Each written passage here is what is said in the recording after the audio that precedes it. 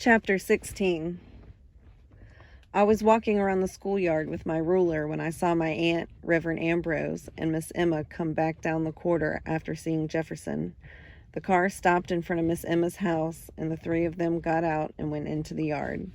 Reverend Ambrose looked over his shoulder toward the church, but the picket fence kept him from seeing me. After they had gone inside the house, I continued around the schoolyard, slapping my leg with the ruler. It was 2:45, nearly time to dismiss the children for the day. I re-entered the church through the front door. Irene Cole and another girl and a boy stood at one of the blackboards. We had discussed our Christmas program, and now they were writing down names of the students who would bring the Christmas tree, as well as those who would decorate it. I went to my desk and tapped my ruler for attention. "It's about time to go home. Any questions before we dismiss? Irene?" "No, sir," she said from the blackboard. "Marshall and Clarence and Alec are getting the tree. Shirley, Odessa, and I will see that it's decorated. Mr. Joseph's got some lint cotton in his crib. And we can get some crepe paper from Miss Eloise.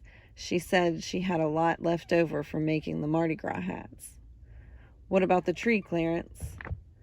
"Guess we'll just go back in the pasture and get one like we did last year," he grinned. "Do you think you might be able to find a little pine tree this time?" "We'll try," he said, and laughed to himself. The year before, the boys had brought in a small oak tree. They had dragged it through the mud all the way from the pasture, and by the time it got to the school, it had lost many of its leaves. The girls who were to decorate the tree had to wash it clean before putting on the lint cotton and crepe paper. It turned out to be a beautiful Christmas tree. "One other thing before we dismiss class. I want you all to remember one person during this Christmas season. I'm sure I don't have to remind you who I'm thinking about. If there are no other questions, you may collect your things and leave. And I don't want to hear any noise out there in the corridor. Class dismissed." After they had gone, I sat down at the table, looking over the test I had given sixth graders in geography. The assignment was to draw a map of Louisiana and write in the names of the parishes and their appropriate places. After about 5 minutes, I heard footsteps entering the church, then saw that one of the boys had stopped halfway down the aisle. I knew what he was going to tell me. "Miss Emma say on your way home, stop by." I nodded my head and he left, walking slowly until he got to the door. Then he burst out running. I gathered up all my papers, and after closing and locking the back door, I went out through the front. Miss Emma's house was only a short distance down the corridor. They were sitting at the kitchen table drinking coffee when I came in. "Some coffee?" Miss Emma asked me. "No, ma'am. Thomas said you wanted to see me." "Sit down, Grant," she said. I could tell by the way she said it and by the silence of my aunt and Reverend Ambrose that things had not gone well at the jail.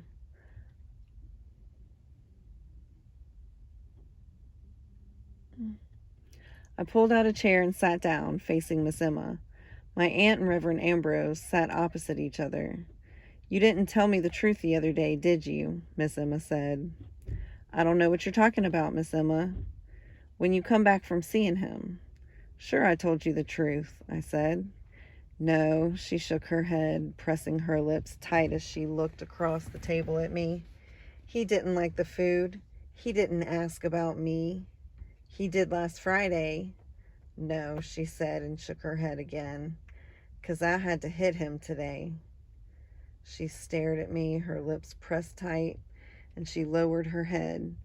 Reverend Ambrose reached out and touched one of her arms and said, "Sister Emma, Sister Emma." My aunt put her hand on her other arm and looked at me. A couple of days later, Miss Eloise came up to the house, and from my room I could hear my aunt telling her what had happened. Jefferson was asleep, or pretended to be asleep, when they got to the cell. The deputy rattled the big keys against the bars and called Jefferson's name before opening the door. After they had gone inside, the deputy locked the door and told them that he would be back within the hour. They could call if they wanted to leave earlier. Jefferson lay on the bunk with his back to them, and there was no place for them to sit. Miss Emma managed to get a small place to sit by pushing him gently closer to the wall.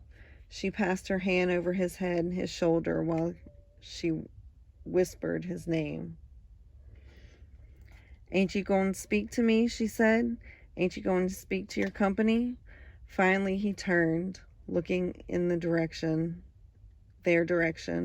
He wasn't seeing them, my aunt told Miss Eloise. He acted as though they were not even in the room. His eyes were a total blank, my aunt said.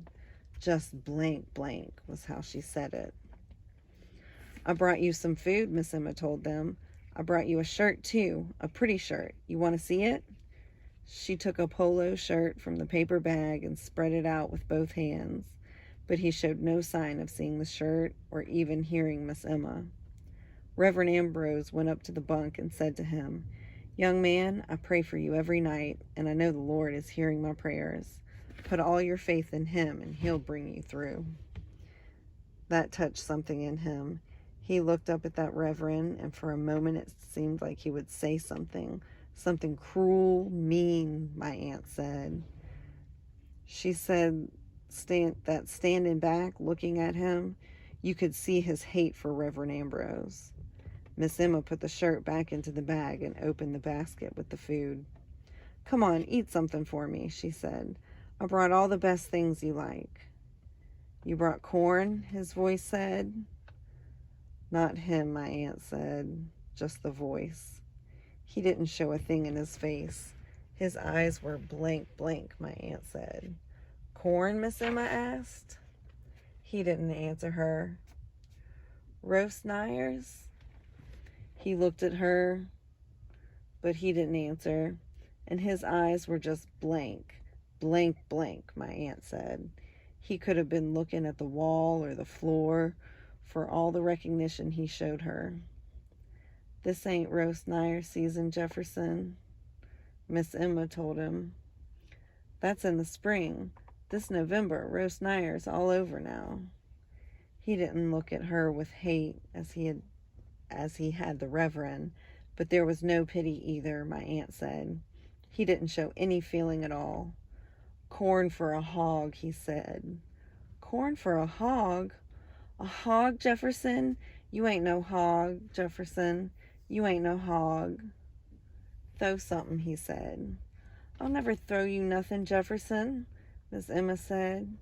"You throw a bone to a dog, slop to a hog. You ain't no hog." "That's all I'm is," he said. He turned away from her. "I didn't ask to be born." "Jefferson," Miss Emma said. "Jefferson?" He wouldn't answer her, and she used all her great bulk to pull him over. "You ain't no hog, you hear me? You ain't no hog." "That's all I'm is," he said, fattening up to... She slapped him. Then she fell upon him and cried, my aunt told Miss Eloise. My aunt and Reverend Ambrose went to the bunk and tried to pull her away, but she was still slumped over him when the deputy came back to let them go. At her kitchen table now, as I sat there, Miss Emma looked at my aunt. "What I done, Lou?" she asked. "What I done? What I done my master to deserve this?" My aunt saw that she was going to cry, and she stood up and put her arm around her shoulders. "Emma," she said, "Emma, the Lord is merciful." "What I done?" She was shaking her head and crying now.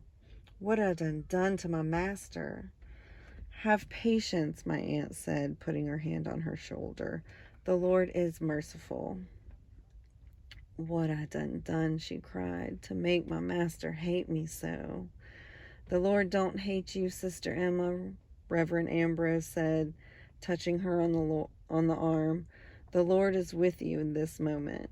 He is only testing you." Miss Emma looked up at me. The tears were still rolling down her face. "Go back," she said. "Why, Miss Emma?" "'Cause somebody going to do something for me before I die." "Why me?" 'Cause you the teacher, my aunt said. I got up from the table. And where you think you going? Tonty Lou asked me. I don't know, I said, but I'll go crazy if I stay here, that's for sure. You going back up there, Grant? What for? I said. What for, Tonty Lou? He treated me the same way he treated her. He wants me to feel guilty, just as he wants her to feel guilty. Well, I'm not feeling guilty, Tonty Lou. I didn't put him there. I do everything I know how to do to keep people like him from going there. He's not going to make me feel guilty. You going back, she said. You ain't going to run away from this, Grant. Tonty Lou, I said. I wanted to take her face in my hands. I wanted to hold her gently, gently, because anger and screaming were not working. Maybe gentleness would work better. Maybe feeling my hands on her face would make her understand what I was trying to say to her. But as I moved toward her, I could see in her eyes that nothing I said was going to change anything. I left them at the table and went back home to my room.